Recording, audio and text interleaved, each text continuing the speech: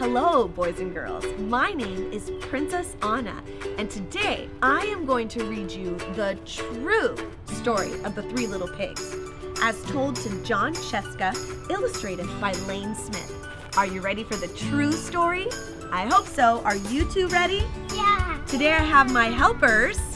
We've got my niece. What's your name? My name's Isabel. And my other niece. It's Capri. I hope you're ready, boys and girls. Everybody knows the story of the Three Little Pigs, or at least they think they do. But I'll let you in on a little secret. Nobody knows the real story because nobody has ever heard my side of the story. I'm the wolf, Alexander T. Wolf. You can call me Al.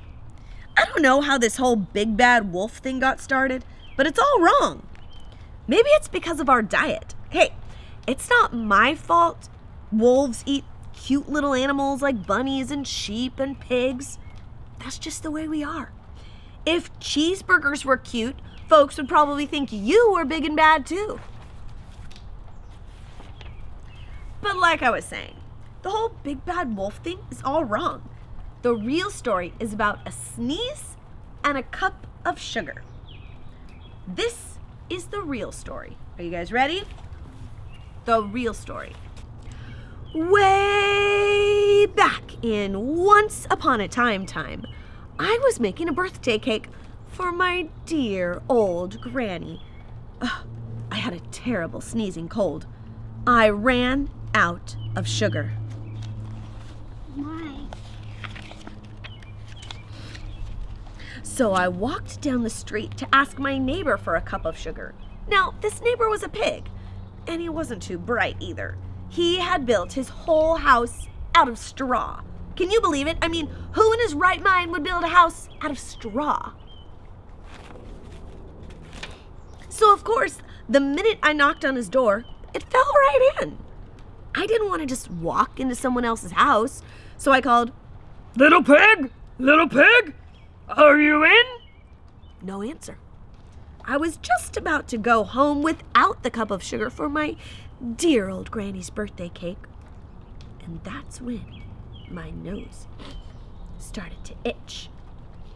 I felt a sneeze coming on. Well, I huffed and I snuffed and I sneezed a great sneeze. And you know what? That whole darn straw house fell down. And right in the middle of the pile of straw was the first little pig, dead as a doornail. He had been home the whole time. Now, it seemed like a shame to leave a perfectly good ham dinner lying there in the straw, so I ate it up. Think of it as just a big cheeseburger lying there.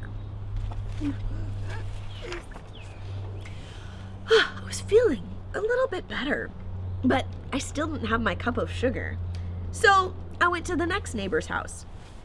This neighbor was the first little pig's brother. He was a little smarter, but not much. He had built his house of sticks. I rang the bell on the stick house. Nobody answered. I called, "Mr. Pig! Mr. Pig! Are you in?" He yelled back, "Go away, wolf! You can't come in! I'm shaving the hairs on my chinny chin chin!" I had just grabbed the doorknob when I felt another sneeze coming on.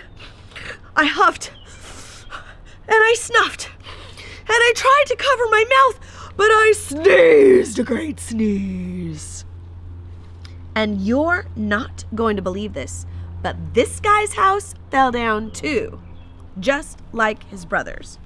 When the dust cleared, there was the second little pig, dead as a doornail. Wolf's honor. Now, you know food will spoil if you just leave it out in the open, so I did the only thing there was to do. I had dinner again. Think of it as a second helping. I was getting awfully full. but my cold was feeling better. And I still didn't have the cup of sugar for my dear old granny's birthday cake. So I went to the next house. This guy was the first and second little pig's brother. He must have been the brains of the family. He had built his house out of bricks. I knocked on the brick house. No answer. I called, Mr. Pig! Mr. Pig! "Are you in?" And do you know what that rude little porker answered? "Get out of here, wolf! Don't bother me again!" Talk about impolite!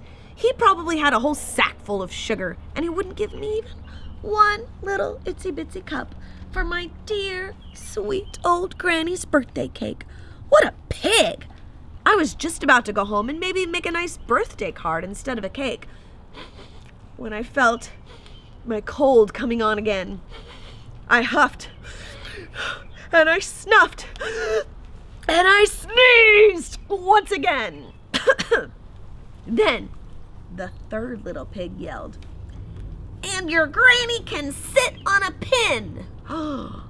Well, now I'm usually a pretty calm fellow, but when somebody talks about my granny like that, I go a little crazy.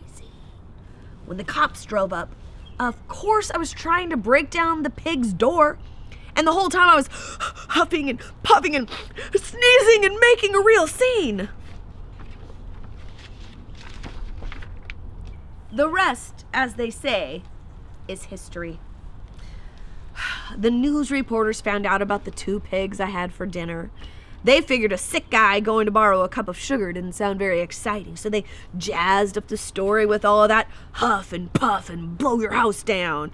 And they made me the big bad wolf. That's it. The real story. I was framed. But, maybe you could loan me a cup of sugar? The end. Thanks for joining us.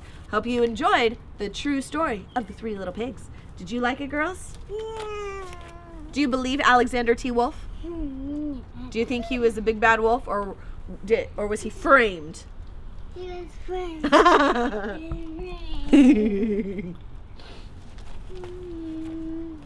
Bye, boys and girls.